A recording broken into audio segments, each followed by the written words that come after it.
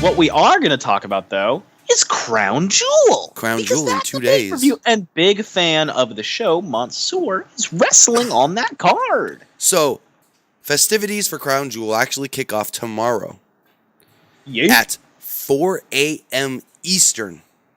WWE will be holding a media event with a possible announcement, they said. And I don't know what this announcement's going to be, or could be. But we do know that Lana, Lacey Evans, and Natalya all traveled to Saudi Arabia. I don't know if they're going to wrestle. I don't know what the plan is for them to be in Saudi Arabia. Because if it was me, if I was doing a women's match, I would have brought Natty and Charlotte and gave them spotlight. But whatever. I'm good. Whatever. I don't know what this media event's going to entail, how long it's going to be. If it's anything like the last quote-unquote press conference they held, we were roughly 30 minutes, so we'll see. And before I get going, Ryan Armstrong, no. If the Nats win tonight, they still have to win one more game. Is that my brother? It's not. I don't have a brother named Ryan. His name's Austin.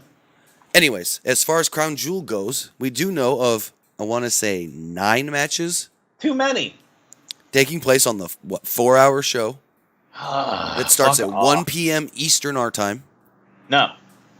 What do you mean 1 p.m. Eastern our time? What does that mean? In 1 p.m. Eastern in America. No, it starts at 9 a.m. here. Oh, yeah. No, the pre-show starts at 9 a.m. Pacific. Fuck me running. I don't want to watch. No. No, because Kai and I are going to do a live watch-along with it. Oh, okay. Yeah. So. Fucking loaded.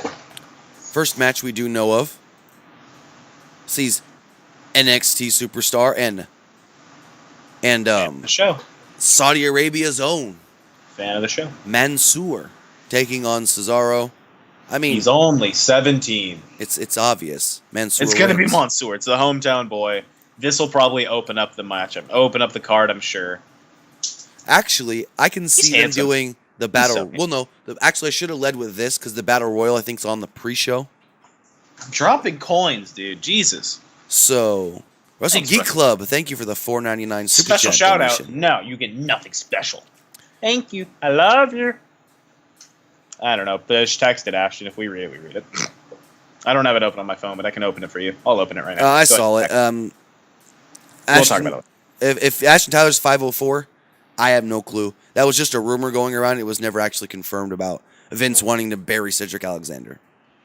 Hey, anyways, straight up, Cesaro, I think, can, I don't know. I just feel bad for a guy like Cesaro who's quite impressive in the ring.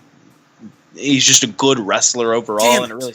What happened? I turned my head for 2 seconds. Now it's freaking Washington 5-2. Who cares? Anyways. It's going to be Mansoor. So then, which is actually taking place first, I should have put these in a different order. The Battle Royal.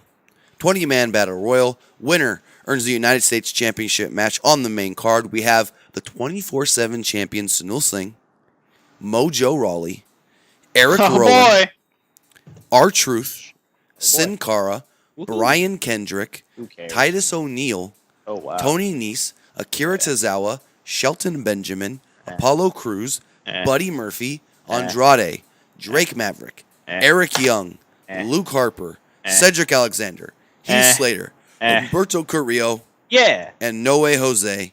Who that? No Way Jose. So straight up, it has to be Humberto, right? It has to be. No, fuck it. Give me Sunil Singh and AJ Styles and Crown Jewel. Oh, I'd rather kill myself. I'm thinking it's either Humberto or Buddy. I mean, if you want to do a really, really good match, though. Humberto? No. Buddy. Andrade. And AJ Styles. I don't necessarily think that's true. I don't think that's true. Heel. So in that regard, Buddy probably wouldn't win either. So if you got to have a babyface win to go up against the heel AJ, Humberto or Cedric. Woken King Slender says no EC3. Yeah, I'm a little bummed about that as well. Take out, I don't know, take out fucking Eric Young. Jesus Christ. Why is he Drake Maverick? No! You leave him in. Actually, you leave in Drake Maverick to do some funny spots with EC3. Well, no, I'd say you would probably have... So I picture it going down as such. EC3 and Drake Maverick should just be a fucking tag team. No, I picture this match, to be completely honest with you, going down as in everyone's going to turn their attention to R-Truth except Humberto, Buddy, and Andrade. Why R-Truth, though? Well, oh no, to Sunil, I'm sorry. Because they're all going to want that 24/7 title. Unless... What? What do you mean unless? They do like they've done before. During this match, 24/7 rules are non-existent. No, they need to have it be existing to make this thing bearable. I'm sorry, no one in here I'm like enthused to see other than Humberto win. What if it's Luke Harper? I don't want it to because then you know he's gonna lose. True, very true. Like even with Humberto, you could be like, oh, there's a chance he could win. Yeah. And maybe you like again, he's not like his mic skills might be but I do think that he could genuinely be a solid US champion. Very true. I think he'd be fine. And most of the Buddy is on here who he could be another good one. Andrade and maybe I don't know, Shelton Benjamin. Literally everyone else on here is just filler talent. Luke Harper was a great IC champion when he feuded with Dolph. Yeah, but I think Luke Harper is well past the championship. Like he's no, not anymore. He's past his window. Lower Roller Scratcher in the chat says no Rusev. Well, no, because he's in the 5-on-5 Hogan Flair. Rusev's gonna murder Bobby Lashley, I think. So then we go forward. And, of course, AJ Styles defending the title. AJ's got to win. Yeah, I'm assuming AJ's just going to beat whoever he faces, whether it be it Humberto or, I don't know, give it to Mojo Rawley. Maybe I'll like him again. Maybe I won't hope he dies in a fire. I will forever. So then moving forward. Cedric as well. We've got the world's largest tag team turmoil match. Again, imagine imagine not having the Usos in this fucking match. Imagine that. It makes me want to kill myself. They're such a good tag team, and no one pays it. Like, what happened? Did the DOIs finally catch up to them? And basically, did you see the video of the second time? Yeah, I did.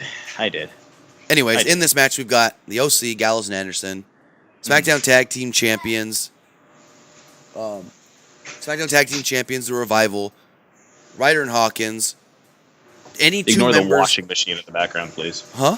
Ignore my washing machine in the background. Any two members, I guess, of Lucha House Party, Rude and Ziggler, the Raw Tag Team Champions, Viking Raiders, the New Day, Heavy Machinery, and the B Team. Hey, I got a question. Why didn't you get a picture of Viking Raiders with the straps? Because I haven't got one yet. That's valid. Hell, you see the picture of the Revival with the blue straps? Yeah. Those are actually red that I turned blue. That's why they're too dark. Huh. I got to fix that. They're kind of too dark. Anyways. Winners will become the best tag team in the world. Greatest tag team, whatever you want to call it. And there you go. Who do you got winning? New Day, probably. But New Day or Viking Raiders? I've got Revival taking the dub. They're probably going to pin the New Day. So then going forward, you're probably going to laugh at this graphic because it was the only good picture of Tyson Fury I can get that I can crop out and not look bad. Is there a good picture of Tyson Fury? Tyson Fury and Braun Strowman. Tyson Fury's going to win, man. I think Fury wins this. Fury said that if this goes well, this won't be his last match. So in that regard, he's got to win.